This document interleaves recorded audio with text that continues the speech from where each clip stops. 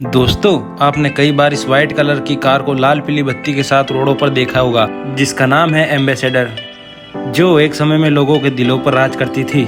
परंतु कुछ कारणों की वजह से सन 2014 में इस कार का प्रोडक्शन बंद हो गया। लेकिन ये कार फिर से कमबैक करने वाली है भारत में, एक नए अंदाज और बेहतरीन क्वालिटी के साथ। तो चलिए जानते हैं एम्बेसडर कार से जुड़े कुछ रोचक तथ्यों के बारे में और कैसे ये कार भारत में कमबैक करने वाली है। दोस्तों, इस कार को बनाने वाली कंपनी कोई और नहीं, हिंदुस्तान मोटर्स ही थी, जिसने सन 1958 में पहली बार एम्बेसडर कार को भारत की सड़कों पर दौड़ाया। ये ब्रिटिश मोटर कंपनी की फेमस कार मॉरिस ऑक्सफोर्ड पर बेस्ड थी।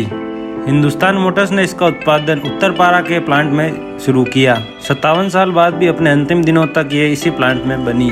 अपनी पीढ़ी के कई लोगों को लगता है कि हिंदुस्तान मोटर्स एक सरकारी कंपनी, लेकिन असल में ये एक चंद्रकांत बिरला ग्रुप की कंपनी है, जिसे सन 1942 में स्थापित किया गया था। हालांकि शुरुआत में एम्बेसडर कार को केवल भारत सरकार ही सबसे ज़्यादा खरीदा करती थी। नेता से लेकर अभिनेता तक, प्रधानमंत्री से लेकर मुख्यमंत्री तक, सरकारी बाबू से लेकर आम जनता तक इस कार ने अच्छी खासी अपनी पकड़ बनाई है। लेकिन क्या आपको पता है, इसका इतिहास देश की आज़ादी से भी ज़्यादा पुराना है। एम्बेसडर कार बनाने वाले हिंदुस्तान मोटर्स का तो नाता गुजरात से है। गुजरात के ओखा पोर्ट पर सन 1942 में आज़ादी से पहले ही हिंदुस्तान मोटर्स कारों की असेंबली करने लगी थी। इसके बाद सन 1948 में बंगाल के उत्तरपारा में ये प्लांट शिफ्ट किया गया। ये मैन्युफैक्चरिंग प्लांट भारत का एकमात्र कार मैन्युफैक्चरिंग प्लांट था और एशिया का दूसरा कार मैन्युफैक्चरिंग प्लांट। इससे पहले केवल टोयोटा का ही मैन्युफैक्चरिंग प्लांट जापान में काम कर रहा था। कंपनी के पास उत्तरपारा में 275 एकड़ का लैंड कवर एरिया है और ये प्लांट अपने समय के बेहतरीन असेंबली मशीनों से लैस था और ये प्लांट 90 एकड़ में फैला है। हिंदुस्तान मोटर्स की एम्बेसडर कार ने 1980 के दशक तक लगभग एकमात्र राज किया है।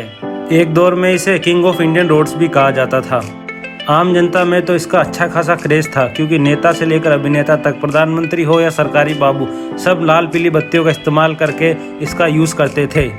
इसकी सवारी शान की सवारी मानी जाती थी। एम्बेसडर कार को हम अगर पावर का दूसरा रूप कहें तो ये गलत नहीं होगा। इसका मतलब ये नहीं कि ये सरकारी पदों पर बैठे लोगों की पहली पसंद थी। तब के समय में ये 2 लीटर डीजल इंजन और 1.8 लीटर पेट्रोल इंजन में आती थी, जो कि बहुत पावरफुल था। और आज के ज़माने में इसकी पावर देखी जाए तो ये किसी SUV की पावर से कम नहीं। बाद में इसमें CNG और LPG वेरिएंट भी आए। एम्बेसडर की पहली जनरेशन में 1489 सीसी का डीजल इंजन लगा था। 1957 से लेकर 2014 तक इस एम्बेसडर गाड़ी के 7 जनरेशन मार्केट में लॉन्च हुई। एम्बेसडर का पहला जनरेशन मार्क 1 था और आखिरी जनरेशन इनकोर था।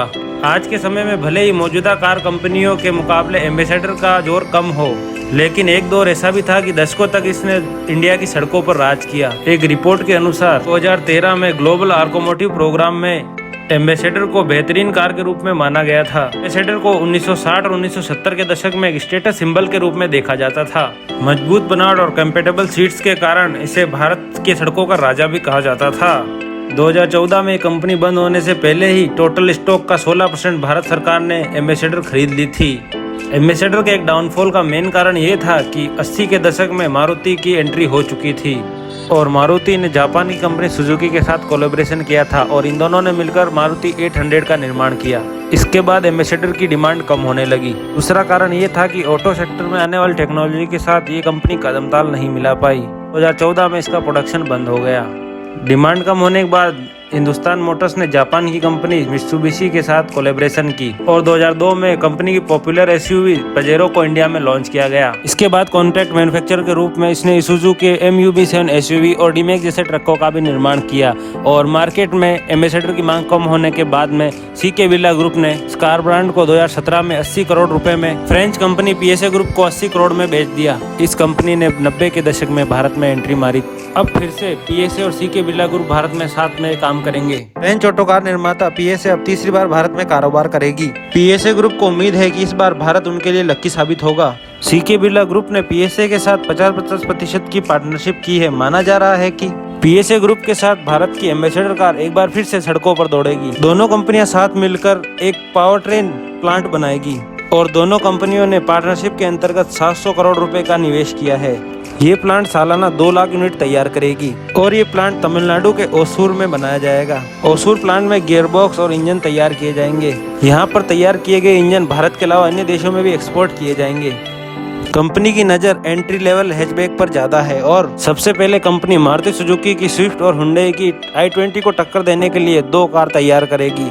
इसके अलावा कंपनी एक मिड साइज सेडान और कॉम्पैक्ट एसयूवी का भी निर्माण करेगी। इन कारों को हिंदुस्तान मोटर्स के चेन्नई प्लांट में तैयार किया जाएगा और जल्द ही भारत की सड़कों पर कारें दौड़ती हुई नजर आएगी। तो दोस्तों आज के लिए बस इतना ही। आपको क्या लगता है एम्बेसडर कार भारत की सड़कों पर दौड़नी चाहिए या नहीं? अपनी राय हमारे कमेंट बॉक्स में ज़रूर से डालें। अगर ऐसे ही नॉलेजेबल वीडियोस और देखना चाहते हो तो हमारे चैनल को सब्सक्राइब करके बेल आइकन ऑन कर देना।